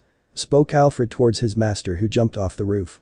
The pair of ninjas moved through Gotham City with Batman in the lead towards a base of Scarecrow that Alfred pointed out to him. Once again he jumped off the building and sailed like a bat down towards his destination, while Susanoo used Gamble Shroud to move from roof to roof while running that impressed Batman for his stamina. Landing with a dull thud, both Batman and Susanoo stepped into the shadows to take refuge for any possible enemies. And sir, I did scan his unusual weapon that is a folded weapon in different forms that rank from blades to pistol and kusarigama. Simply put, it is advanced technology. I can assume that he has a rich benefactor or he has deep pockets. Do you believe that he have any relations with the League of Shadows or Ra's al Ghul? Batman asked his faithful butler while he crouched in front of the door of Scarecrow's base and lockpicked the entrance. A moment later the door made a positive beeping sound before a low hiss could be heard and the door cracked open. Switching his attention from Alfred to Naruto he said, "Let's go." Entering the base, the two ninjas scanned their surroundings carefully. Gliding like shadows through the corridor they arrived at a large room where several screens were on. Seeing them the duo made immediately work off by hacking into the database and uncovered some shocking discoveries. Susanoo's fingers raced across the keys while keeping his attention on the screen where all information flashed onto the screen. You know something about Project Blockbuster? Yes, my team encountered in Cadmus Project Blockbuster. You found something? Indeed, I encountered Project Blockbuster including your arch-enemy Bane's Venom. And it seems that they continue on what they had started at Santa Prisca. Susanoo read in a cool tone while plugging his hard drive on the computer. The sound of his fingers hitting the keys echoed as he tried to hack into a highly secured file. Several seconds later he growled in anger and downloaded the entire file before deleting the entire computer. I got what I want, Toxin Strain 451B. A toxin that brings your deepest fear with some little surprises. Oh shit. What now? Retorted Batman when he heard his temporary ally curse. This file activated a trap that goes off within 1 minute. We need to go now. Susanoo unplugged the hard drive that had only 15% left before it was finished. But if he doesn't leave now, Batgirl will never get the cure. Turning on his axis he ran out of the base with Batman on his heels and they made it just in time to get out of the base before it exploded. The black fireball shot into the air when the base exploded and the two ninjas could be found on a roof. They were watching the base burn before Batman turned to Susanoo with an extended hand. Hand over the data, Susanoo. No, I will not hand over the data. Not before I get a better understanding of it and after that, then you can have it. Susanoo turned his back to the Dark Knight and moved away. A small smirk played on his lips when he caught the small hand gesture and a slight beat that died immediately before he jumped off the building and vanished in the shadows below, leaving a tall, dark vigilante alone on the roof. He pulled out a tracking device before he too moved and vanished in the shadows. Alfred, I am going after him. The data that he now has in his possession is valuable, and if it falls into the wrong hands or gets destroyed who knows what we will face next. Batman kept an eye on his device as he moved through Gotham City. The clock ticked and time didn't stop as he arrived at the clock tower, and he could guess that somewhere in this building, Susanoo's base is hidden. I have arrived at the clock tower, I am going in. Stay safe, Master Wayne, Alfred said before cutting off the connection. I will. Replied the Dark Knight as his shadow glided along the floor as he moved through the hall. Several posters along the walls looked down at him menacingly when suddenly out of nowhere spears shot out of the wall, trying to drill holes into him. Batman launched himself into the air and used the wall to twirl while he shot his grapple hook that made contact with the end of the hall and brought him to safety. Landing back on his feet he glanced back at where he came from and much to his surprise, no evidence of a trap could be found. He's dangerous if he can make such traps, but it also means I am on the right track. Welcome, Dark Knight, to my clock tower. Came a familiar voice from over the loudspeakers. The sound spread through the hall and towards Batman who stiffened for any unexpected traps. You really didn't think I would not have noticed your little device, shame on you. But nice try. Why did you activate the traps if you know that I came? Questioned the Dark Knight. The last time and that wasn't that long ago, they were allies. But it seems this new person doesn't think the same about them being allies. We might have been allies a few moments before, but this is not an opportunity for me to let slip between my fingers. I mean, this is a perfect chance to test out my own security for my own safety. You can understand that, can't you? So, this is a test for you to see how secure your base is. Batman started, but he couldn't finish his line when the floor under him gave away and he used the grapple hook to get away and from there on he didn't have time to catch his breath as he landed on an infrared sensitive floor that activated shuriken launchers that shot out shurikens towards him. Swirling his cloak in front of him, Batman blocked most of the incoming trajectories as he sped through the hall before he was hit by high-voltage electricity that made his vision blurry before he fell towards his knees and slowly his view darkened and he fell unconscious. Lying unconscious on the ground a shadow appeared above him who knelt and then lifted the crime fighter and brought him to the main room of the base. Walking with Batman over his shoulder, Susanoo placed the Dark Knight on the floor before retreating back to his computer and continuing his study of the data. It seems that this toxin was made by Dr. Crane's father and he only improved this stuff. Also the same toxin that used on Batgirl and my own antidote worked, so why does she still have some negative effects from toxin strain 451b? Used Susanoo while he now studied the two different data of the antidote for the toxin, one of the Scarecrow and another of himself, and he noticed that of his has a higher percentage of curing, exactly 100%. Now that begs the question, why didn't it work? Typing in some new data in his computer and without turning he addressed the Dark Knight. What do you think, Batman? And between us, you failed to get past my security. No, I did not. I am here now, aren't I? Batman rubbed right back in Susanoo's face who laughed at what he implied. Pushing himself off the floor he moved to stand next to the ninja to look at the data. He was really impressed at the knowledge and how quick he works with several data, and while he had heard his murmuring, he could see that he was right. You are right. The toxin's antidote is perfect, but you did not calculate the brain's function. While Batgirl is cured, there is still the possible that the effect lingers around her. And what would we do for her? Making her stop crime is not an ideal idea for her, as in her dreams she felt alone, scared and worthless. What she needs is a team that supports her, make her feeling worthwhile. Susanoo advised while keeping his attention on the screens. Then a second, smaller screen popped up on the screen with a young girl with a green mask and long blonde hair appeared. Yes, Artemis, what is it? Susanoo, I need your help. That freak that built that android is escaping, and at the moment I am tracking him. Batman was surprised to see Arrow's new sidekick on his possible ally's screen. An idea formed in his mind at how he could help Batgirl while at the same time to keep an eye on Susanoo and hopeful, gather more intel about him. And before you ask where Arrow is, he is having a hot date with Canary. Jealous. But I will be on my way, see you soon. Susanoo replied before cutting her off, knowing that she would retort. Turning his attention back to Batman, he handed him the stick with the data that the Dark Knight took. I hope you have a solution for Batgirl, and as you might have seen, I am needed somewhere else. I have a solution, Batman said, and the two ninjas left the base as they vanished in the shadows. Susanoo moved through the night in order to get as quick to Artemis and help her to get that mad scientist back in Belle Reve, while Batman moved back to his Batcave to check the data himself and get rid of the tracker that is certainly on him. Both ninjas arrived at their destination and were done before daylight broke out, and they took off their mask to mingle themselves with the normal people. Ahem. Naruto, why does it not surprise me to see you in my little girl's bed? Naruto shot straight up when he heard the stern tone of his best friend's uncle and whipped his head towards the doorframe where he could see Commissioner James Gordon glaring sternly at him. The blonde skin tone paled drastically, especially when a slim, soft hand crawled up his face and pulled him back in bed. You two will miss breakfast and be late for school if you, Gordon glared at Naruto. Don't come out of bed right now. Yes sir. The blonde jumped out of bed and noticed that Gordon sighed in relief when he noticed he at least wears boxers.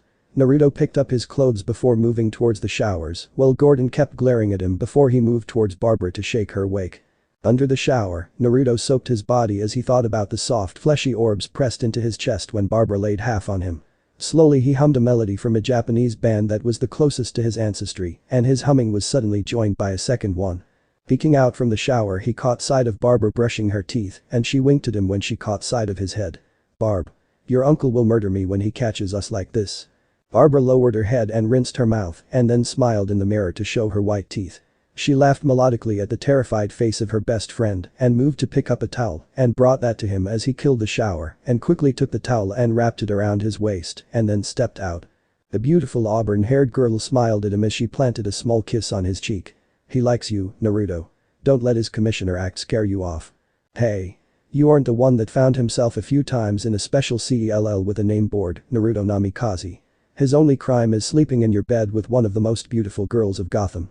Barbara heard Naruto exclaim that made her laugh and blush at the same time before she shoved him out of the bathroom while he still was naked as the day he was born with only a towel around his waist. And my cloth. A second later the door was thrown open and his clothes flew through the air and landed on his face. Naruto, will you come to the kitchen? I need to ask you something. James Gordon's voice came from down the hall and Naruto sped up and drying himself and pulled on his uniform. Since when did he have a uniform here at Barbara's place? Once clothed, Naruto moved towards the kitchen to see James Gordon sitting at the table with 3 mugs of coffee and gestured him to sit down. I can assume that nothing happened between you and my little girl. Nothing happened between Barbara and me when you were on duty, sir. I promise, Scout Honor. Naruto assured the head of Gotham City Police Corps, who stared at him with hard eyes that softened when Naruto gave his words. Seeing that Gordon did wait for some more news at what might have happened the evening he was away, Naruto told him about Barbara's nightmare and how he ended up in her bed. When she fell asleep, I got a feeling that someone was watching us. Gordon's eyes sharpened for a moment before it softened at Naruto's mention about someone watching his little girl. He was, of course, worried about his little girl and that someone is watching her make him uncomfortable, but he can guess who did watch the two young teens and smiled a little before he brought his hand through Naruto's blonde hair, making it messier. Good job, Naruto. I won't throw you in a cell this time because you helped Barbara. But don't think that will happen again, understood? Understood, sir. Squeaked Naruto just in time when Barbara joined them and took a seat next to Naruto. She extended her hand to steal a piece of toast from Naruto, who looked at her as if she killed his dog. Hey. That's mine. Not anymore, and I must say it tastes delicious, smirked Barbara and took a bite from Naruto's toast. The blonde grumbled and picked a new one before plastering some jam on it before taking a bite, while Gordon laughed at the two's behavior. The auburn-haired beauty smiled when she picked Naruto's coffee and winked flirtingly at him. Oh Naruto, don't look at me like that, you know that you love me. How are your projects in CLL? Exceptionally well, many of my projects can help the GCPD in fighting against villains. But I still think I should call my lab, chemistry examination lab location, something else other than that, complained Naruto when he rescued his toast from Barbara's loose fingers, much to Gordon's amusement. The blonde took a quick bite and then picked up Barbara's cup and took a sip. And I would love you, Barb, if you stopped stealing my food and coffee. Just confess, you loves me so much, Naruto-kun. Barbara drawled out with a giggle as she picked up her plate and that of her uncle and brought it to the sink with Naruto following her suit. She turned around and planted a small kiss on her uncle's cheek before retreating back to Naruto and wrapped her arms around his right and dragged him out of the kitchen. Uncle, I'm going to spend the night at Naruto's place, I'll see you later.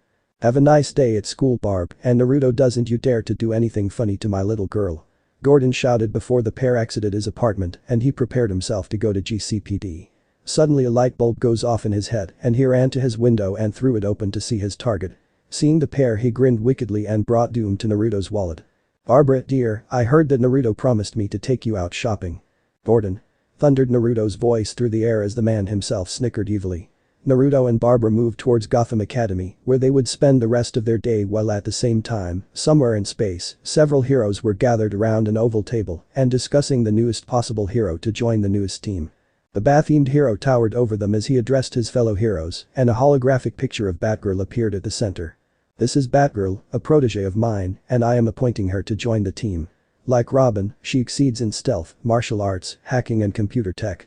Batman started the meeting while many members studied her. He could see that his protege get a lot of attention, mostly from Diana, that looked at her with pride. And it was she who spoke next. I have heard many good things about her and her deeds. She will be a good addition to the team, but why now?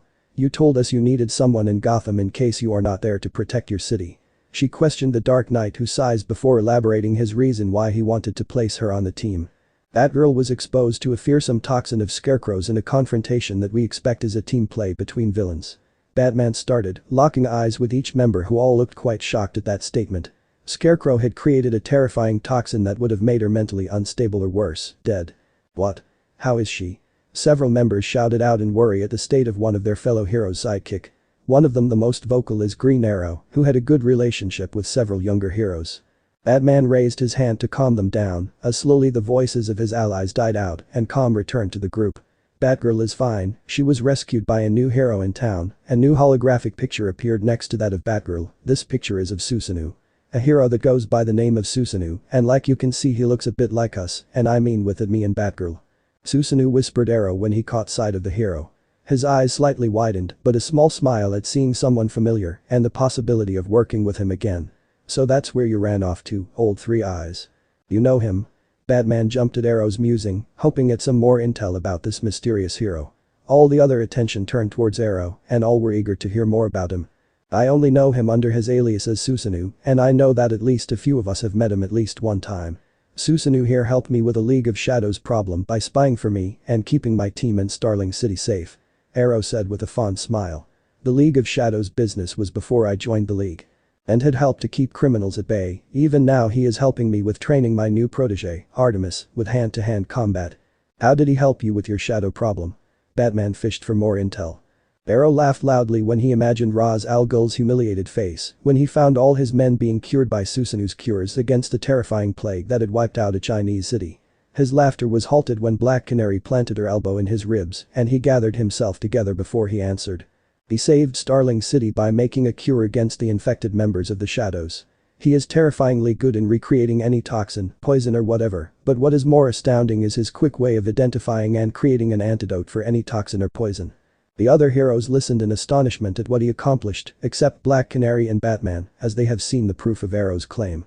Batman spoke once again when Arrow was done. Arrow is right, Susanoo saved Batgirl by making an antidote against Scarecrow's fear toxin. After that I met Susanoo and we raided his base, and we found some disturbing news, but that is for later. Let us continue about our next candidate, Artemis, and she is like Arrow said his new protege. I think I can say that Susanoo and Batgirl both have exceptional skills, and about Artemis, can we conclude that she has mastered the use of the bow? Superman said, bringing all the attention towards him. Arrow nodded and from there on the League discussed if the following young heroes would join the new team that Batman had started, a team they called Young Justice. Gotham, Arkham Asylum. Please let me go, Crane cried out in misery. The Scarecrow laid curled up in his cell, hands on both his sides as he tried to block out the sounds of screams. Images of past victims tore him apart, drilling holes with the spikes as that moon cast her crimson light on them. Curse him. Curse who, Crane? A menacing voice came from the shadows. Crane looked up and he tried to crawl away when he saw the bloody crimson eyes that brought him to this nightmare. An evil sound thundered through the space that made Crane's blood cold, and the pair of eyes became 3, and a shadow grew with 10 shadows sweeping behind the figure. The creature chuckled before the fear became too much, and his heart clashed against his ribs as the last words that he heard were, "I told you, Scarecrow. You will never leave my world." Gotham, Namikaze Mansion. This is Vicky Vale with Gotham's news. Today the infamous prison, Arkham Asylum, brought out the news that one of their inmates, Jonathan Crane also known as the Fearmaster Scarecrow, died of a heart attack in his cell. Other inmates that were locked around J. Crane heard for days screams from his cell like his former victims gave him as they pleaded for mercy when it suddenly stopped and guards came to check on him. Naruto heard when the radio switched to the news channel and he made his way towards the kitchen to prepare a simple breakfast for himself and Barbara. He couldn't keep off the smirk that was clearly on his face at the good news. And like always Naruto wonders who helped to save the day in Gotham City. The blonde was certainly sure that it wasn't some Bath-themed hero that only locks them up in Arkham. Thinking about all the innocents that Scarecrow sent towards the mental clinic made Naruto good mood drop and his eyes took a hard glance. Time for some well-deserved workout motivation, some mentally disturbed villains. Smirked Naruto mentally as he made his way towards the gym while he loosened the muscles in his neck, shoulders, and arms. Stripping off his shirt that showed underneath a fit and athletic well-muscled body he started with a sprint around his training tools while jumping over boards and obstacles. Doing several rounds and building up a well-deserved sweat, he ran his way toward several punching bags that were lined up. Starting lightly with some jabs that increased with each hit while he imagined several villains' faces, like Scarecrow who now lay several feet under the ground. The Joker who he still is searching for and hopes to kill him soon as in Naruto's mind, he doesn't deserve to wander the surface of the earth. Soon he was in his element and paced through his several stands that ranks from karate to judo, and from Rock Lee's and Mido Guy famous fighting style the strong fist to that of his friend Hyuga Hinata, Hyuga Niji and Hyuga Hanabi the gentle fist, and many others that he learned through the years after the Fourth Shinobi War. The poor punching bag didn't survive the first onslaught as Naruto was already punching his 10th punching bag, and who knows which villain's face now was the victim of his onslaught. Seconds became minutes, and minutes became hours, and before the blonde knew it, several hours had passed, and Barbara came into the gym with a plate of sliced bread, cheese, and honey with some fruit and lastly coffee.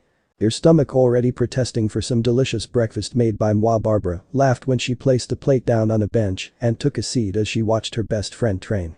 She could see the muscles constrict before exploding in powerful punches that made the punching bag sway, and finally when Naruto was done, he grasped the bag firmly to stop the swaying.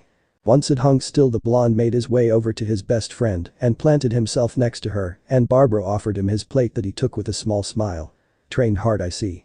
"I did, him taste great." Naruto complimented her at which she planted a kiss on his cheek.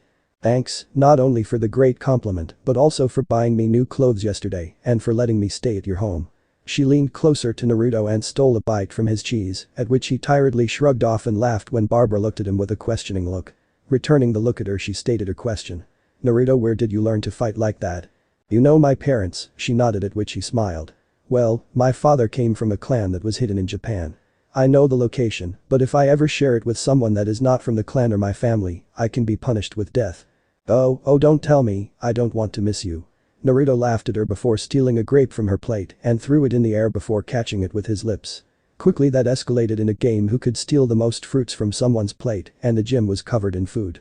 After the food battle, and the only reason that they agreed on peace was because there was nothing left to throw, and they made their way out of the gym. The young blonde man closed the door and smirked when he saw several clones hinged to butlers or maidens cleaning the gym, and dispelled the genjutsu that he had cast on the 9 other punch bags that lay on the ground in shreds. The pair moved up the stairs towards the bathroom, where they took separate showers before they walked to the onsen with only a towel around their waist and for Barbara including her chest. Both sinking deeper in the onsen, Naruto glided closer to Barbara and wrapped his arms around her. "How are you feeling, Barb?" Naruto asked when Barbara laid her head on his shoulder. Barbara smiled beautifully at him, her fingers tracing his jawline as she snuggled what deeper into his shoulder. "I slept great, and all thanks to you. My big cuddly teddy bear." Naruto laughed and closed his eyes, enjoying the tender embrace that he shared with her. It was these moments that it was worth the fight against crime. A smile like hers made his day. "Glad to hear. Any plans after this nice onsen?" Barbara pursed her lips together in a cute pout, a slight frown adorned her face as she stared into the water. Her hands clenched as she was deep in thought. It has been 4 years that she had been Batgirl, and many times it ruined her chances on dating, having fun with the few friends she has. But it especially made her feel bad to lie to her best friend. She knew of course that her uncle would never allow her to be a crime fighter, so she keeps that a secret from him. It always left a bad taste in her mouth when she lied each time to Naruto, and each time he smiles innocently at her that only make her feel worse. The thought of telling him echoed many times through her head, but she heeded the warning of her mentor about the danger she loved ones can get into if they know about her secret night activities. Letting a sigh escape her lips, she answered his question. "Yeah, I have a meeting with a few crazy friends of mine. A kind of secluded group. Can't I join you? I bet they are my kind of people." Laughed Naruto as he started to play with her beautiful, soft auburn hair that felt like silk between his fingers. He glanced at her face when she purred slightly, and the swelling of her remarkable chest got his attention as it rose and fell as she breathes. He felt his blood flowing down towards little Naruto that started to stand to attention, and it didn't help when he felt her soft fingers trailing up and down his right thigh as her fingertips threatened not to stroke only his thigh. "Or we can get a message from one of my servants." Naruto's voice hitched in his throat when he felt her nails brush slightly against it, and now the blood rushed towards his face, and Barbara looked up innocently at him with her beautiful blue-green eyes that stared into his. Her lips curled up in a naughty, sultry smile as she brushed once more against it before she stepped out of the water and walked with a sway in her hips away from him. When she arrived at the door, she looked back over her shoulders and said with a sultry smile, "Let's go, Naruto-kun, you promised me a massage, or is something the matter?" "Oh, you little minx," muttered Naruto under his breath. He cast a quick genjutsu and stepped out of the water. Once he stands on the ground and he felt the water cascading down his bare, muscular skin, he noticed the slight red on Barbara's face, but also the slight disappointment in her eyes. The blonde mirrored the sultry smile that his best friend first wore as he mentally laughed. "You can play that game, dear. But only those that are shinobi will get the victory." Barbara walked out of the changing room with a fresh towel around her waist and moved towards a massage table and laid down on it. She laid her head down and looked to her right to see a curtain between her and Naruto. Inwardly she was glad that there was a curtain between him and her. She didn't want to show herself to him yet. Then she heard the sound of a door sliding open, and a young woman with long platinum blonde hair and green eyes stepped towards her. The maiden addressed herself to Barbara. "Hello Milady, my name is Ino, and I am your masseuse today." "Hello, Ino, nice to meet you. Can I have the full house course, including the hot and bothered one?" Barbara requested, and she smirked when she heard Naruto coughing on the other side of the curtains. The auburn-haired girl relaxed when Ino's magical fingers started to knead her muscles loose. She felt the fingers start with her legs, kneading them, and slowly worked up to her magnificent rear and felt Ino knead her bum. A slight, soft but sultry moan escaped her throat when she felt her bum being spread, and a finger vanished between her lower lips that were slightly wet. Ino quickened her pace when she worked on her patient and worked her towards the top. That made her master quite bothered when he heard Barbara let loose a moan. "That was great. Thank you, Milady. Now I will do your back, and don't worry. I will not tell the master." A hidden glint could be seen in Ino's eyes. One that Barbara missed due to the tingling feelings between her legs.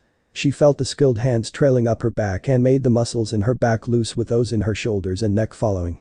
Once Ino was done, she ordered her to turn around so she could once more do her box, and then her flat-toned belly, and finally she arrived at her medium-sized, firm round breasts with cute little pink nipples. The whole time, Barbara enjoyed the massage while Naruto cried, trying to block out her sounds as he can't do a thing, or else Commissioner Gordon will have his head. Finally, at what felt hours Barbara left the mansion with Ino bringing her back with the car. Once Ino returned, she dispelled with a smirk while having the last word to her friend and master. "Master, are you already regretting giving your clones the original souls of your friends?" "Yes, I am." "Don't you die before Naruto could order Ino," she dispelled herself and sent all the information that consisted of her deeds with Barbara towards her master. Images and the sensitive touch of her fingers that trailed along her soft, smooth skin. The firm, round flesh of her globes that flowed between her fingers and the sensual nub that hardened under Ino's palm implanted themselves in his mind. Then the lower muscles that kneaded around his fingers made the young shinobi's mind overload and he sailed backward through the air and crashed roughly against the wall. Blood pouring out of his nose and his sapphire eyes rolled back in his head. Standing next to him was Hyuga Hanabi, who shook her head slowly at the strange behavior of her master and lifted him up in order to bring him back to his master bedroom. Walking with him on her back she laughed the whole way and after many turns, she arrived at his room and entered where she laid him down on the bed before she dispelled. But not without having the last word. "Serves you right, master." "Happy Harbor, Mount Justice." Recognized Batgirl, B08. Recognized Susanoo, B09. The computer listed off the newly arrived people that stepped for the first time into Mount Justice. The two mentioned heroes stepped towards the group that awaited them. Susanoo recognized a bat-themed vigilante immediately that stared at him coolly. On his left side a tall, red person with blue cloak secured around his shoulders and a T emblem on his chest. This hero is an android built by T.O. Moro, Red Tornado. On the Dark Knight's right side stand a familiar face that he had helped out in the past, Green Arrow with his protege, Artemis. He sends Artemis a friendly hand gesture before his eyes roamed the room and settled on the other younger heroes. The first he noticed was a young boy that might not be older than 13, black wild hair, a face mask that only cover his eyes and the surrounding skin. He wears a black t-shirt with over it a red vest with a black circle within a yellow R. Continuing his observation he noticed the yellow utility belt, short black cloak, and the red black pants. This kid was none other than Robin the Boy Wonder. Susanoo's eyes then glided towards a remarkably tall young man with very short blonde hair, tanned skin with gills at the sides of his neck. This person wears a simple Kevlar shirt and pants with the same color scheme of Robin. He then noticed the tattoos on his arms and the ends of weapon handles sticking up behind his shoulders. He doesn't know the name, but he could guess whose sidekick he is. Next to Robin stands a cute green alien girl. Light brownish orange shoulder-length hair, slightly green skin and wearing a white t-shirt with a large red X mark, blue skirt and a blue cloak that is secured around her neck. Standing a few feet away from the group was someone in civilians. He was wearing a black t-shirt with only the S emblem of Superman. "Batgirl, Susanoo, welcome to the cave." Batman welcomed the two arrived in his monotone voice. He smiled slightly at Batgirl who returned the smile before he sent Susanoo a well-meaning look to which he nodded. The Dark Knight returned his attention back to Green Arrow to speak with him about some league business and Red Tornado watched the team stoically. "Hey, Susanoo," Artemis called out with a smile as which the mentioned one closed the distance between them and Batgirl walking up to Robin. The blonde archer smiled at him and darted towards him and engulfed him in an embrace. "Long time no see, right? That was 2 days ago, Artie. 2 days ago since we caught that crazy doctor," reprimanded Susanoo with mirth in his voice. At which he earned a slight jab to his shoulders from Artemis who scowled at him and her dark eyes sparkled mischievously. He sighed when he caught that look and he elaborated. "And I did miss you too, goddess of the hunt." "Good," Artemis said. She wanted to say more when the computer cut her off, signaling the arrival of a new hero. The Zeta tube emitted a bright light and sent out a young boy who Susanoo could guess was around the age of 15. He had bright red hair, freckles on his face and wearing swimming shorts. Hanging from his arms were several beach items that consist of paper bags, a cooler, beach ball, a radio and lastly a parasol. Recognize Kid Flash, B03. "The Wallman is here now, let's get this party start." The self-introduced Wallman started to run towards the group of gathered heroes that all watched him make a meeting with the floor when a parasol hooked his legs together. With a groan, he landed on his face and painfully he looked up as the beach ball bounced through the base. "Ted. Wallman, huh?" Artemis voiced out sarcastically when she saw the hero Wallman. "I love the uniform. What exactly are your powers?" Batgirl giggled at the comedic entrance of this strange hero and at the comment of Artemis, a girl she can now already see they will become great friends with. The first mentioned moved over towards Artemis and Susanoo to stand together as the new members of the team. At the time Batgirl walked over to the two, Wallman had helped himself back to his feet and had joined his teammates. Who are they?" The Angel of Gotham took it upon herself to introduce them as the new members of the team. She stepped slightly forward and introduced them. "My name is Batgirl, this is Susanoo and Artemis." "Kid Flash. Never heard of you." introduced the now known Kid Flash with an annoying and slightly arrogant pose at which Artemis glared and already decided to deck Kid Flash to the floor. She was stopped when Susanoo placed a gentle but firm hand on her shoulder and spoke to Kid Flash. Good. If no one heard of us, then I can assume we did a good job. It doesn't help us if civilians shout our name on the street when we are undercover. Artemis smirked when she heard her friend and now again teammate place Kid Flash on his rear. And her smirk only widened when her friend wasn't done yet. Also, she is the new protege of Arrow. Kid Flash glared at Artemis and Susanoo. He couldn't believe that Green Arrow had replaced his friend Speedy with a rookie. What happened to your old one? Recognized Speedy, B06. Once more the Zeta tube flashed a brilliant light and out of the light stepped a tall, young man with almost the same costume as the Arrow, only with the color scheme turned to red. This archer closed a distance towards the group and spoke harshly. Well, for starters, he doesn't go by Speedy anymore. Call me Red Arrow. Very original, don't you think? Artemis whispered under her breath towards Susanoo, who then only smiled at her or so far she could see. Green Arrow walked past them and looked at his once protege and spoke to him in surprise, once for his new uniform and second for his new name. Roy. You look replaceable. Red Arrow finished his former mentor's line. He moved past the Young Justice team to stand in front of Arrow. Arrow looked at Red Arrow and justified his reason for a new protege. It's not like that. You told me you were going solo. Red Arrow scoffed at his former mentor's words. An annoyed expression marred his face as his eyes glided from Arrow towards Artemis. So why waste time finding a sub? Can she use even that bow? Yes, she can. Artemis retorted with rising anger and she moved forward to glare straight at Red Arrow. Wally, seeing the whole scene, couldn't hold it in anymore and in an exasperated way he exclaimed. Who are you? She is someone that is entitled to keep her civilian identity a secret, Susanoo said coolly, cutting off Artemis and Arrow before they even could reply to Kid Flash's question. The shinobi looked straight at Kid Flash with cold crimson eyes. Like all of us are entitled to such a secret. Susanoo is right, Aqualid agreed with Susanoo before he addressed Red Arrow. But Roy, she is not your replacement. We have always wanted you on the team and we have no quota on archers. But even if we did, you know who we will choose. Kid Flash chimed in while Susanoo narrowed his eyes and pulled Artemis back to him and Batgirl. Batgirl too placed a hand on her shoulders as Artemis looked a bit down. But seeing the support of her friend and her newest friend, she smiled. Growing back some spine, Artemis called out to annoy her new team. Whatever, Baywatch, I am here to stay. Kid Flash returned to his former facial expression and glared at Artemis, who returned it equally. Aqualid, seeing the slight dispute between them, decided to address the reason at why Red Arrow came to the base. You came to us for a reason. Red Arrow nodded at the question. Not being surprised at who will start the question at his reason for being here. The Red Archer walked up to the center of the room to address them all. Yeah, a reason named Dr. Serling Raquette. Robin laughed when he heard the name of one of the most rising stars of Star Labs. He quickly typed in the name of the doctor on his gloves where holographic images and data appeared of said doctor. The neurobotics genius and clatronics expert at Royal University in Starling City. Vanished 2 weeks ago. An image now appeared on the large holograms at the center of the room with necessary data about her project. Abducted 2 weeks ago by the League of Shadows. Red Arrow corrected Robin. To say that the Young Justice team was odd at such a mission was an understatement and Robin, like a child, couldn't hide his childish behavior. Whoa. You want us to rescue her from the shadows? An arrogant smirk played on Robin's face as he and Kid Flash bumped fists and at which Kid Flash gloated, hardcore. Already done, it leaves only one problem. The League of Shadows coerced her into creating a weapon. Images of small flying mosquitoes appeared on the screen with a large tube-shaped container. Doc calls it the Fog. Comprised of millions of microscopic robots capable of disintegrating anything in their path: concrete, steel, flesh, and bones. But the true purpose is not the mere destruction, it is theft. Red Arrow delivered the intel of what he knows about the Fog. The others listened rapidly to his explanation of what it could do. The infiltrators eat and store raw data from any computer system and deliver the stolen intel to the shadows. Providing them access to weapons, strategic defense, cutting-edge science and tech.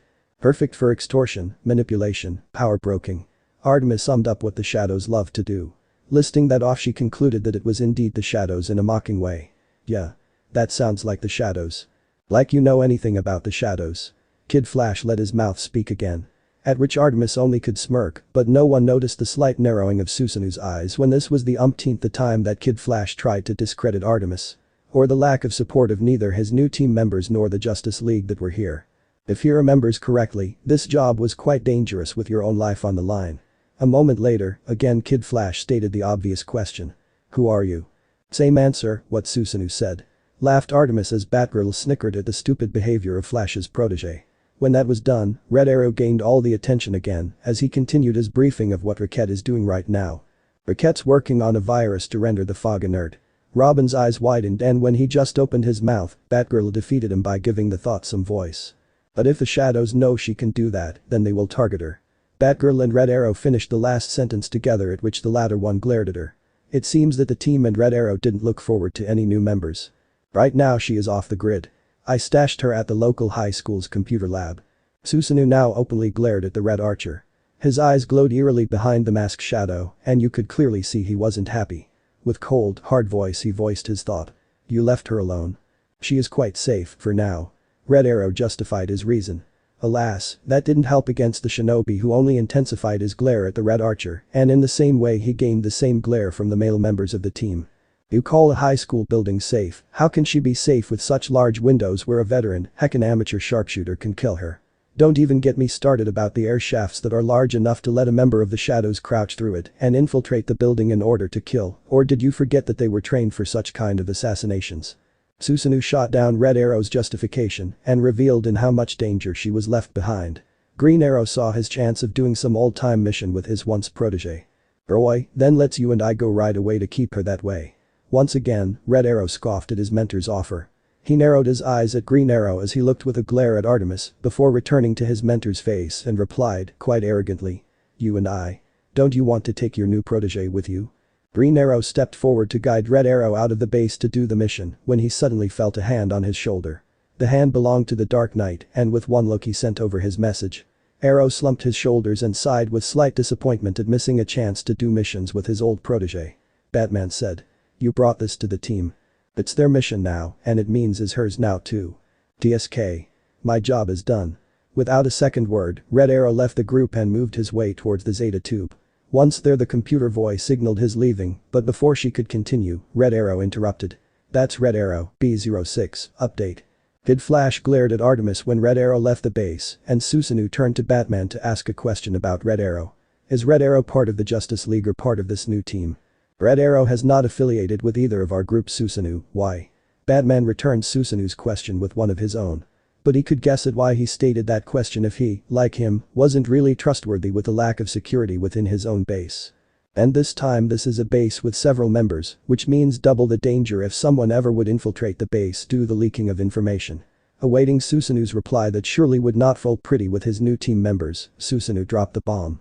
If he isn't a member of either organization, it would be better to restrict his access to the bases and computers that are in our possession. What? Several voices that mostly belonged the male members of the team and one Green Arrow made the mountain shake under their force.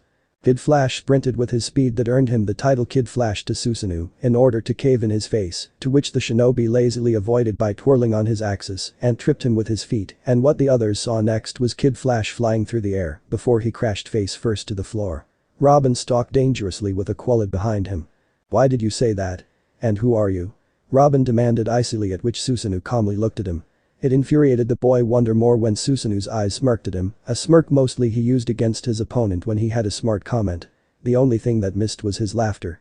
I did it to secure my new team members' safety, of which one of them is a friend of mine, and Batgirl an upcoming one, if she accepts my hand of friendship of course, replied Susanoo seriously, no sign of joke nor jesting.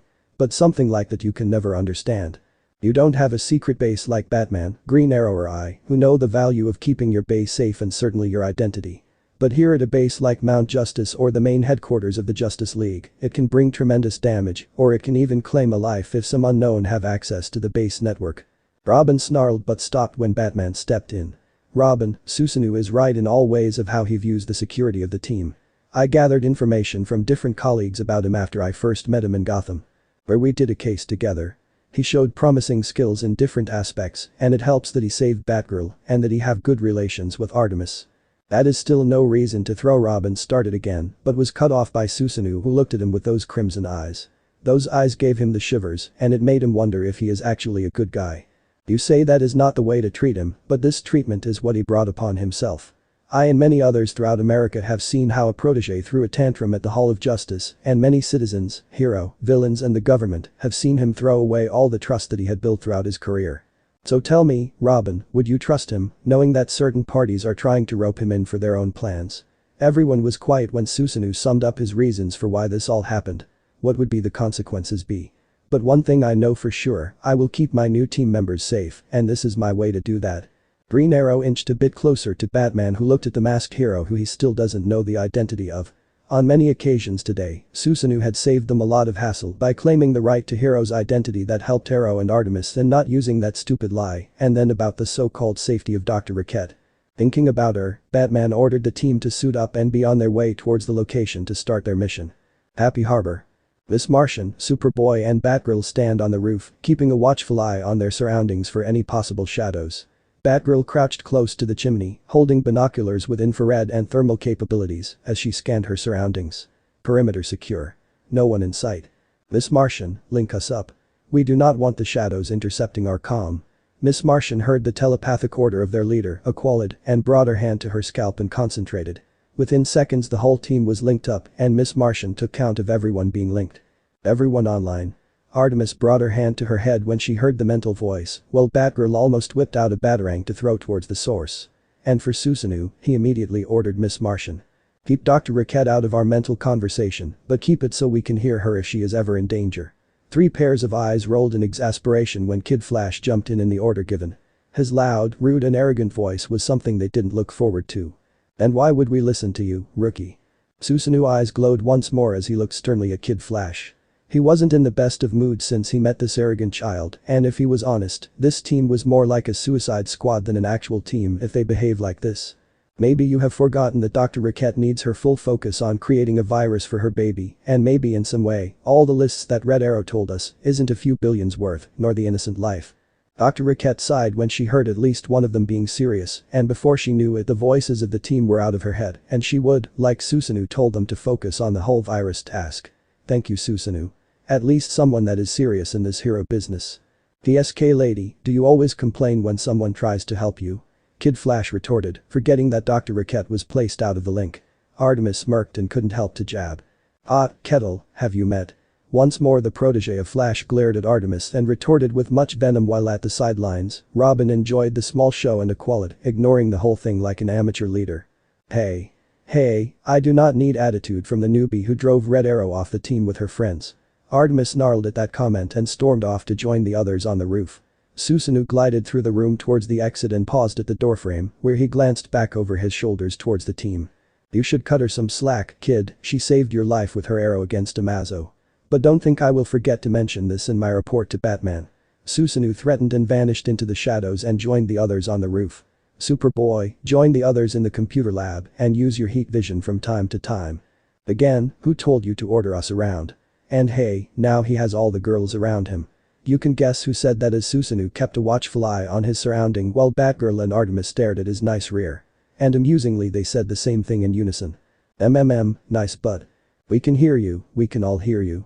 Miss Martian voiced her thought annoyingly while she was peeved that Superboy was ordered to the computer lab. Meanwhile, in the computer lab, Aqualid walked up towards the scientist and spoke to her. The virus won't be of much use if we cannot find the weapon. Can you track it? Riquette turned her attention to Aqualid who stands behind her and she narrowed her eyes at the blatant insult to her work. She scowled and retorted with feminist fury. The fog is not a weapon. It is science, brilliant science, and of course I can track it, but I'd have to go online. Might as well rent a billboard with this address and sign with assassinating me in neon. Aqualid stepped a few steps back when he noticed the feminist fury, but then placed his hand on her shoulder. We will protect you. Riquette sighed sadly before pressing the only button, and from there on the ball is rolling. The computer screen showed the Earth with radar that started to scan the Earth's surface and airspace in order to find the fog. Within moments the shadows would have her location and assassins would show up. Tracking the fog now. Aqualid seeing the location he contacted Miss Martian to split his team. Miss Martian, Dr. Riquette has located the fog, reconfigure the bioship so that Robin and Superboy and Susanoo can pursue. Wrong decision, Aqualid. Batgirl interrupted the leader of the group.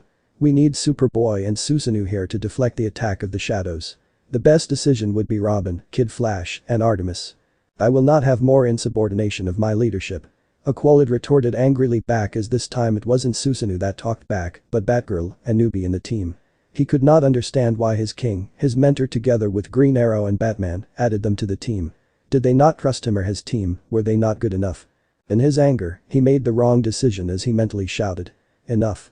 Batgirl and everyone else will listen to my command. I am the chosen leader and as such, I deserve the respect.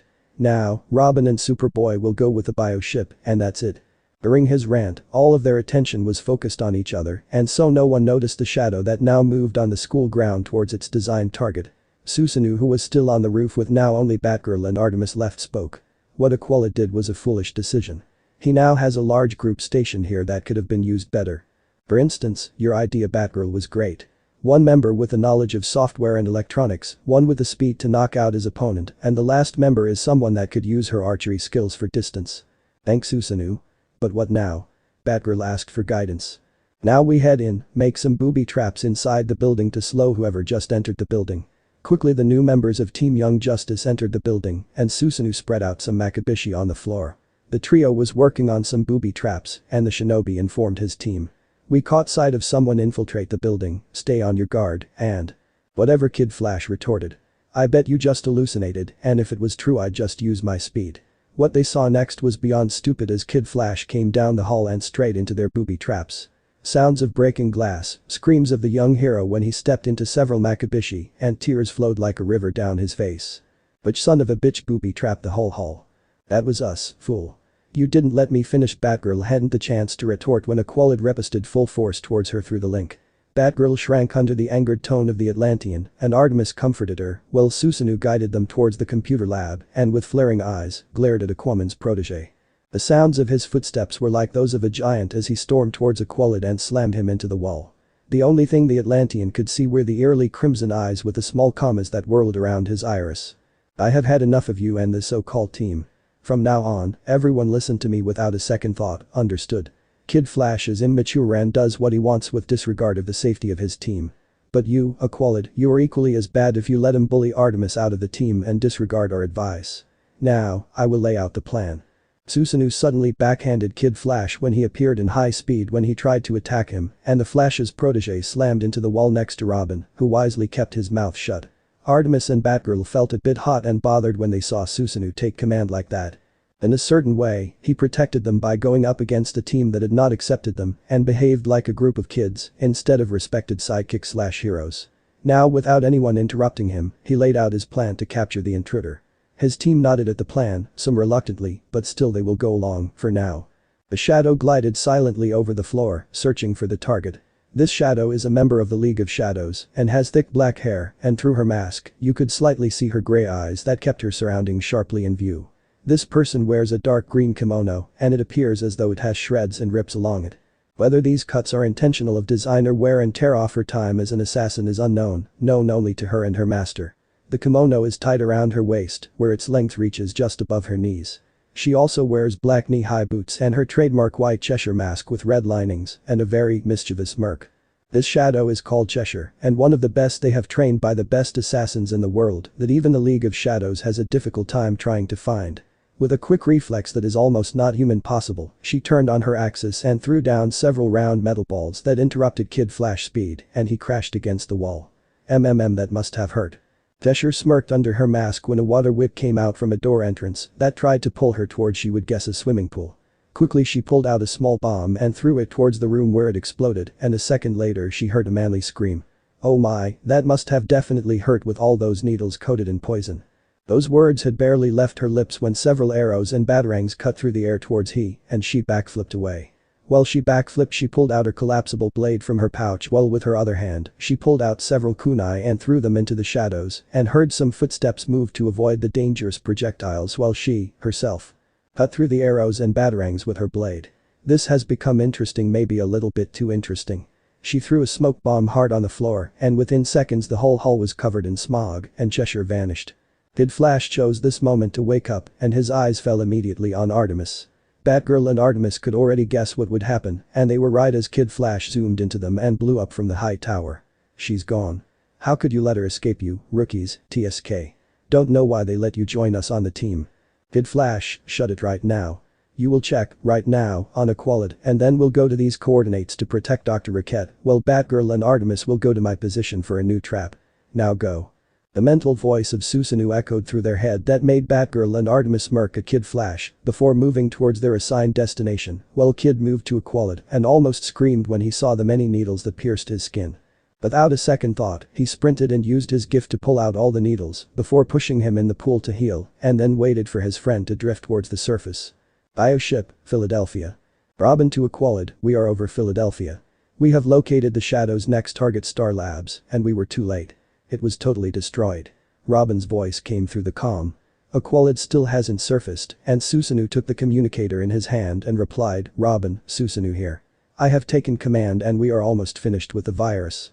Robin sat stunned in the control chair. What happened at the school? Why did Susanoo take command? All kinds of questions appeared and disappeared from his mind except the question, why? On impulse, Robin shouted through the radio his question. Why did you take command? Because it was the most logical choice. This choice of mine will later be read by Batman in my report of this mission. Now, I need you to focus on the scientist's baby, the Fog, and I want to kindly report that they are making their way to Wayne facility. What? You are kidding, right? Robin shouted back to the radio and all the answer he gets were static sounds. He pulled out the comm to stare at it in disbelief, again. Again the comm is out of use. This is a mystery that they need to solve another time, for now, he has other priorities, namely Wayne Tech. High school, Happy Harbor. The Qualit together with Kid Flash moved through the room in which Rocket was working. They were on the second floor of the building with only one entrance, a small window to the left. To say that Aqualid and Kid were not happy was a huge understatement, they were enraged at the sudden shift of command, and now they must listen to him or else they had a meeting with the wall. Keep working. The sooner you are done the faster we are free of him. Kid ordered like a petulant child that didn't get his toys. The two boys glanced at each other and Wally continued. And how could he take your rank as our leader, Calder? He just took it. And that was it, growled Aqualid. Never in his mind did he think that someone like him would take his rank away from him. Stewing in his anger, Calder didn't notice the slight crack in the door nor in the window, where several small pipes peeked out of it before a dull air hiss was heard and two needles pressed themselves into their neck. Within seconds, Aqualid and Kid Flash laid on the ground unconscious while a third needle cut through the air and before it could make contact with Dr. Roquette's skin, a chair blocked its path. This Martian is here. It is now or never. Cheshire shouted towards her colleague and Ravager appeared in the room. With quick succession she closed the distance between her and Dr. Roquette and lashed out with her blade, only to widen her eye in surprise when said doctor raised her arm and lifted her up in the air before her skin turned green. Another motion with her arm and Ravager sailed towards the window and together, Ravager and Cheshire flew out of the building with only one mind in thought. We've been duped. The two assassins landed on their feet before infiltrating back into the building by a different window. Once inside the two activated the heat sensors and glared at the three pairs of footsteps and a bit further down the hall a fourth joined them.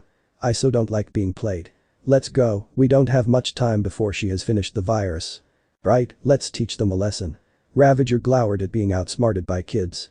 Silently they moved through the halls until they arrived at the door.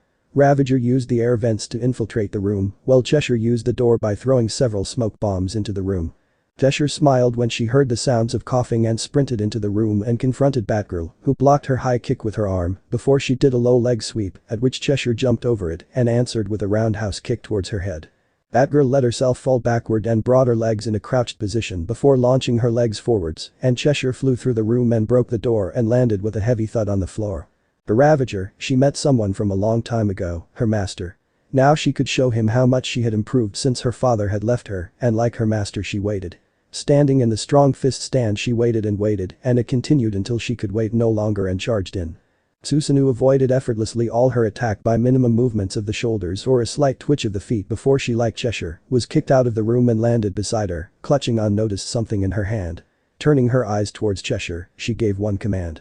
Go. Ravager sprinted towards the window and dashed through it, shattering it in the process and vanished into the shadows below. Cheshire was close after her when suddenly she rolled aside and several arrows planted on the floor and exploded that threw her through the hall. In the process, she lost her Cheshire mask and black hair was the only thing that hid her identity. Out of the shadows, Artemis appeared with an arrow nocked and drawn on her bow. In a commanding tone, she warned the assassin, don't move a muscle. Wow, I am completely at your mercy, said the assassin as she moved up in a straight standing position. Turning around, Cheshire showed her face towards Artemis, whose eyes widened in recognition. She gasped as she recognized her, and one word left her lips. You. I suppose now you will bring me to justice, let your new friends interrogate me. Cheshire calmly listed off her reasons why she would be taken in. I wonder if your position is secure enough to survive everything I know. The two young women stared at each other with a firm expression before Artemis lowered her bow. Didn't think so. And just like a Cheshire cat, I'll just disappear. On clue, Cheshire threw down a smoke bomb and vanished just in time when Susanoo stepped into the hall. Did she escape? Artemis nodded at the question of her leader. She thought he would be angered, but he only smiled at her before patting her head gently. Susanoo closed the distance between him and the mask before picking it up and secured it safely in a seal before he motioned for Artemis to follow him. They entered the second door to step into a room where Dr. Raquette just finished her uploading. The assassins have fled, Doc. You are safe now, it is time to bring you home. Thank you, Raquette smiled at him and couldn't help to embrace him tightly. She was really astonished at the highly skilled hero that had brought a group of sidekicks do his bidding. The thoughts if he wasn't here weren't very warm and many of them ended up her being dead. But he changed that and gave her enough time to save Wayne Tech. And if I ever need help, I will call you Susanoo. Susanoo smiled at her with his eyes. He felt elated at her praise and embraced her back before thanking her for such praise. I am flattered, but it is all thanks to the team. And your excellent leadership. Artemis chimed in, stating the truth. She didn't believe that they would have succeeded without his leadership and thorough plans that fooled the assassins until the end. The door swept open and Batgirl joined them in the room with a warm smile on her face. She threw her arms around Artemis and Susanoo before guiding them back to the room with Aqualid, Kid Flash, and Miss Martian. Each one of them picked onto the unconscious heroes and Susanoo took it on himself to carry Kid Flash, he couldn't trust him at all with the girls. Mount Justice. You're telling me that Susanoo took leadership and threatened you all? Batman said in his collected voice as he locked eyes with each member with none of them stepping back. Noticing that none of them backed away he threw the next question. Is that true? It is, sir, Kid Flash grinned when he thought that he would be punished. Susanoo didn't make himself at all loved in the books of 3 members. Robin and Aqualid joined Kid in nodding their head while the girls with the exception of Miss Martian glared at them. If that is the truth, I want to report about the mission. For now, good job. Batman turned around, but not before he gained a detailed report from Susanoo, who then walked away to his room. Once he was gone the group dispatched and Artemis and Batgirl joined each other in Batgirl's room to gossip about Susanoo. Talking about Susanoo, he placed his hand on the wall and several seals crawled over the surface of the room before he pulled out Cheshire's mask and replaced it with his own. Now wearing Cheshire's he said 3 simple words in a dead language. I am in. So this part ends here. Alright, that's it for today's video guys, let me know in the comments section how was the story and also don't forget to like, share and subscribe. I will meet you in another video, bye bye.